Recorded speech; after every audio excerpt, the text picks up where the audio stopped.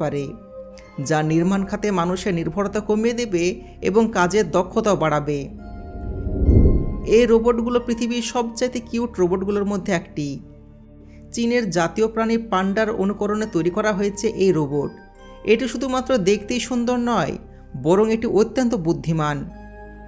এই রোবটটি বিশেষভাবে শিশুদের জন্য ডিজাইন করা হয়েছে। এছাড়াও বৃদ্ধদের সঙ্গী দেওয়ার জন্য এটি ব্যবহার করা যেতে পারে এবং তাদের ওষুধ খাওয়ানোর সময় মনে করিয়ে দিতে পারে।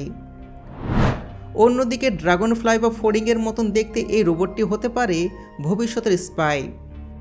এটি হলো চীনের তৈরি একটা ছোট্ট আকারের রোবট, যা খুবই সহজে বাতাসে উঠতে পারে এবং যে কোনো জায়গায় নজরদারি করতে পারে। এটি এতটাই ছোট যে শত্রুরা এটি সহজে দেখতে পায় না, এর ফলে চুপিসারে তথ্য সংগ্রহ করতে পারে। এবার আছে হাইবো 1, সমুদ্র গবেষণার নতুন দিগন্ত। পৃথিবীর 70% অংশ পানি দ্বারা আবৃত, কিন্তু সমুদ্রের মাত্র 5% অংশ এখন পর্যন্ত অনুসন্ধান করা সম্ভব হয়েছে। এই বিশাল জলকে বোঝার জন্য চীন তৈরি করে ফেলেছে হাইবো 1 রোবট, যা সমুদ্রে গবেষণার জন্য এক নতুন দিগন্ত খুলে দিয়েছে। এই রোবটটি পানির নিচে চলাচল করতে পারে এবং গভীর সমুদ্রে বিভিন্ন তথ্য সংগ্রহ করতে পারে। এটি বিশেষভাবে সমুদ্রের তলদেশে হারিয়ে যাওয়া জাহাজ বা সাবমেরিন খুঁজে বের করার জন্য ব্যবহার করা হয়।